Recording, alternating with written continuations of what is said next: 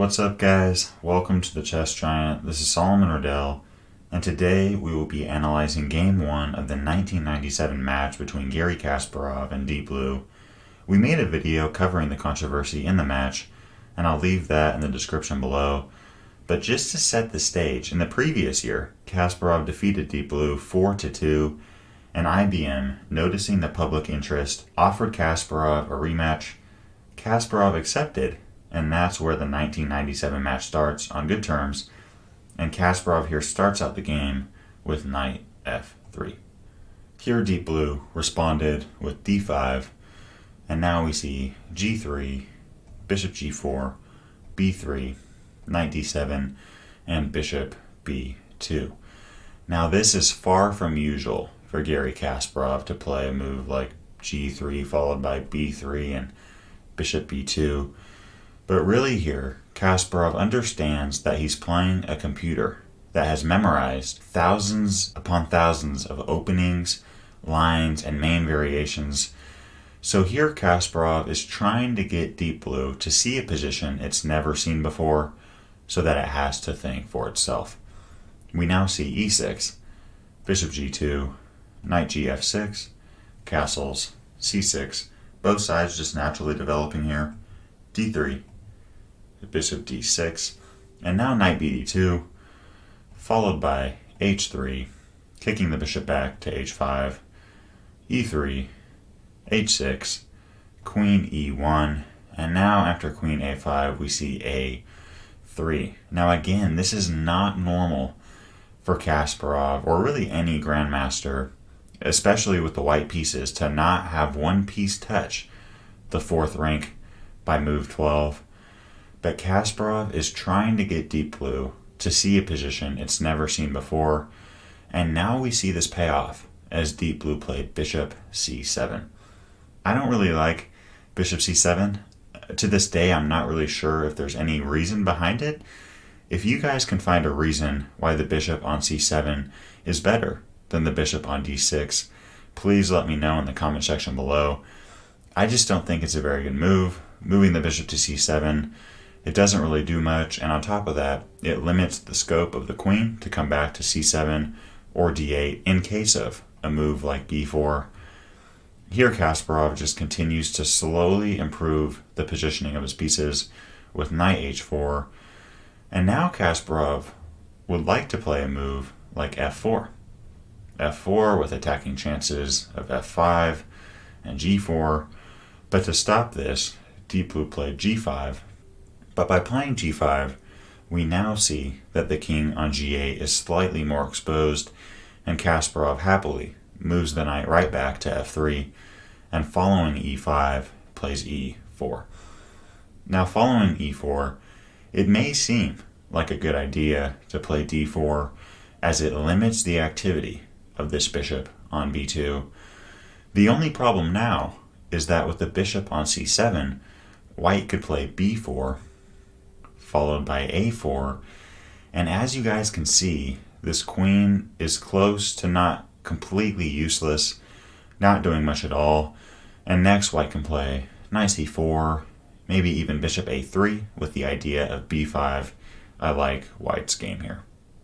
So following e4, Deep Blue instead played rook fe8, a good move, looking to eye the queen on e1, and now we see knight h2, queen b6, queen c1, and following a5, we now see the white rook go to e1, and now we see Deep Blue play bishop d6, which again just shows that bishop c7 was pretty pointless. Here Deep Blue wasted two moves playing bishop c7, back to d6, where it could have used those two moves to play king h7 or bishop g6, or bring the rook into the center of the board. Bishop c7 followed by bishop d6 was just a waste of time, but Kasparov doesn't waste time and slowly improves the positioning of his pieces with knight df1. Here Kasparov realizes that this f5 square, because of g5, is extremely weak, so Kasparov moves the knight to f1 with the hopes of moving it eventually to e3 and to f5. we now see d takes e4, d takes e4, and bishop c5. Here the queen and bishop hunkering down on that f2 pawn. So we see knight e3, protecting it, and following rook a d8, we now see knight hf1, really just giving the knight on e3 some extra support. And now Deep Blue played a very dubious move, strategically speaking, with g4. Now I think the best move would probably just be bishop g6, followed by, let's say, queen c7. Next, Deep Blue could tuck the king to h7, protect the king, and I would say this position is probably roughly even. But after knight hf1, with the move g4, this really doesn't accomplish anything but makes the king on g8 more exposed. In chess, you don't want to push the pawns in front of your king until the endgame, because by doing that, you make the king very easy to attack. And really by playing g4, we now see things opening up, including a potential queen takes h6 move. Following g4, we see h takes g4, knight takes g4, and now f3, attacking the knight on g4. And following knight takes e3, we just take the knight back.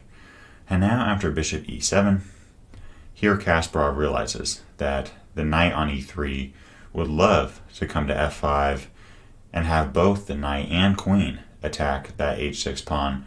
The only problem is that this queen on b6 is pinning it to the king on g1. So we see king h1, but now with bishop g5, there's another pin in place with the bishop attacking the queen on c1 if the knight moves. So now we see rook e2, and after a4, b4, and now another very dubious move by Deep Blue with f5. Here Deep Blue sees some material to be taken, but it's just not a good idea to play g5 followed by g4 followed by f5 with your pawn already on h6. Every move Deep Blue plays, the king on g8 keeps getting more and more exposed. We now see e takes f5, and following e4, it may seem, at least for me when I first saw it, as if white is in some trouble. We have a pin on this knight on e3, and on top of that, we have this e-pawn threatening to play e takes f3.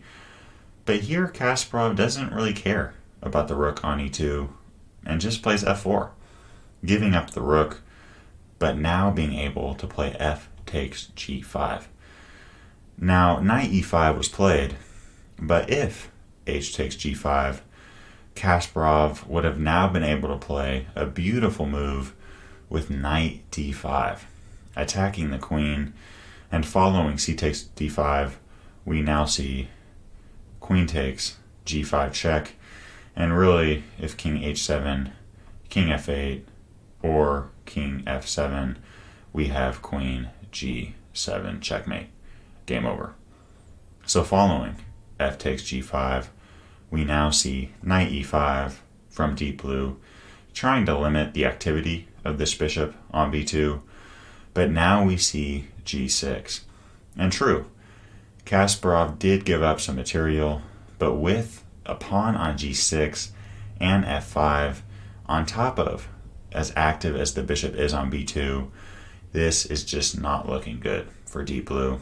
And now we see knight f3, bishop c3, queen b5, and now Kasparov surprisingly looks to trade down with queen f1.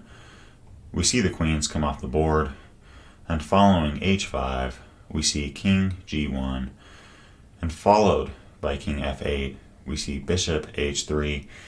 Kasparov not in a huge rush here. Really, he is trying to slowly improve the position of his king. We're now in the end game, so it's good to activate your king, and he's also trying to prepare a g4 break. Followed by b5, we see king f2, king g7, and now g4, and after king h6, rook g1.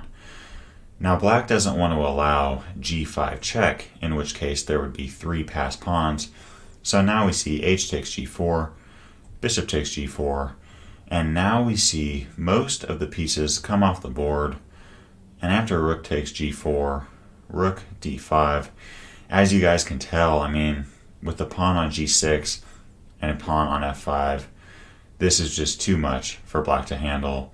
And now we see f6, and following rook d1, g7, king h7, and now f7. And even though black is technically ahead in material, we now have a pawn on g7 and f7, and here Deep Blue resigned the game. So guys, I hope y'all enjoyed this video. Kasparov at this point led the match 1-0 and seemed happy in the press conference. However, in game 2, things took a huge turn, and we will cover that in tomorrow's video.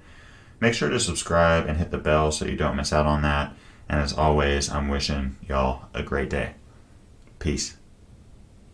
Thanks for watching today's video. If you'd like to watch another one, you can click or tap up here.